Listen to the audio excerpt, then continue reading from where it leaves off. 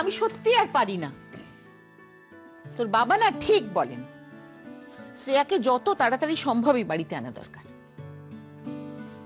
কি যে এত সারাদিন গোছাও, আমি তো সেটাই বুঝি না। তোমাদের আর কি, বাবার ছেলে মিলে শুধু ব্যবসা সামলাও, তাহলেই তো হবে। দেখো, এত ভাবনার কিছু নেই, দেখবে সময় মতন সব একেবারে ঠিকঠাক হয়ে গেছে। সব ঠিকঠাক হয়ে গেছে বলে দিলি আর হয়ে গেল? আচ্ছা, শ্রেয়াকে যে জিজ্ঞেস করতে বলেছিলাম বাড়ির রঙের ব্যাপারটা, জিজ্ঞেস করছিলি? ও ও ও ও আরে দেখেছো, এত কথা বললাম আর বলতে ভুলে গেলাম। তুই কাজ কর, কাগজে না সব কথাগুলো আগে ভালো করে লিখে নিবি, তারপরে ফোনটা করবি। মা ঠিক হচ্ছে না এটা, ঠিক হচ্ছে। আমাকে না তো আনস্মার্ট ভেবো না, বুঝছো তো? শোনো, আমি তো ঠিক করেছি যে কালকে শ্রেয়াকে বাড়িতে নিয়ে আসবো। ও তাহলে বলবো যে মা একটু শ্রেয়ার সাথে দেখা করতে চাইছে, বাড়ি রং টং হবে, একটু কথা বলবে। শ্রেয়া এসে গেলে তুমি ওর শাড়ি গয়নার পছন্দ সব জেনে নেবে। বাবা, সুন্দর প্ল্যান। তা শ্রেয়ার সঙ্গে যদি কথাগুলো বলবি তো তখন গুছিয়ে বলতে পারবি তো, নাকি কাগজে পয়েন্ট করে নিবি?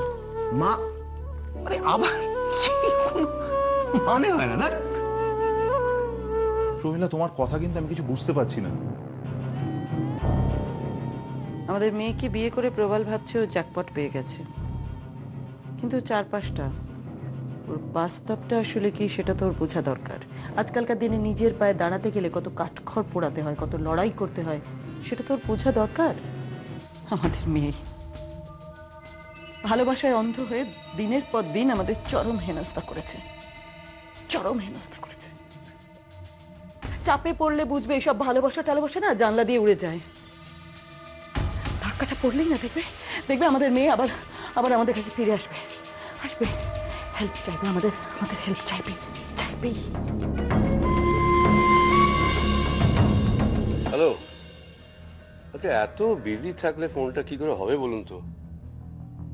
ডিটটা ফাইনাল করুন, আমার হাতে তো আর সময় নেই। হ্যাঁ, ভালো কথা। পার্সেন্টেজের ব্যাপারটা মনে রেখেছেন তো? এই দেখুন, আমি জানি আপনি ভুলে যাবেন, আপনাকে তখনই বললাম যে আমি যে পয়েন্টসগুলো বললাম সেটা একটু নোট করে রাখবেন।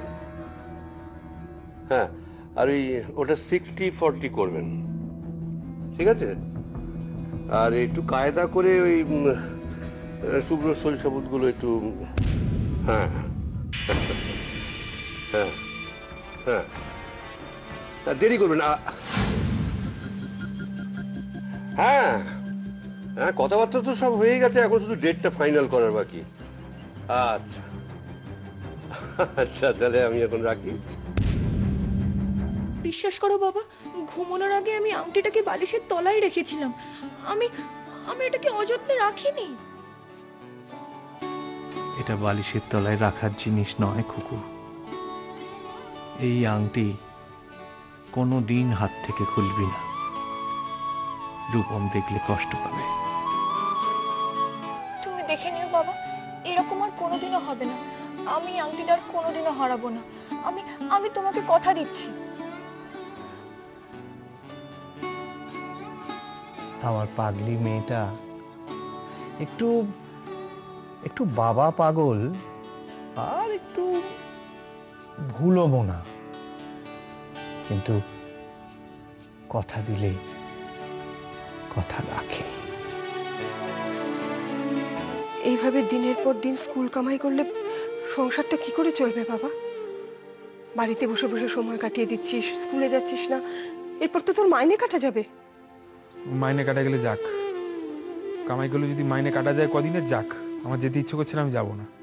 খোকা, তুই যদি এভাবে ভেঙে পড়িস তাহলে সংসারটা কি করে চলবে বল দেখি? জীবনটা যে সবসময় একভাবে চলে না, এটা তো তোকে মানতে হবে। আমি কখন কি করব না করব সে কি কৈফিয়ত দিয়ে চলতে হবে নাকি? আমি কখন কোথায় যাব, কেন যাব, কি করব, আমার পক্ষে এই সমস্ত উত্তর দেওয়া সম্ভব নয়। খোকা!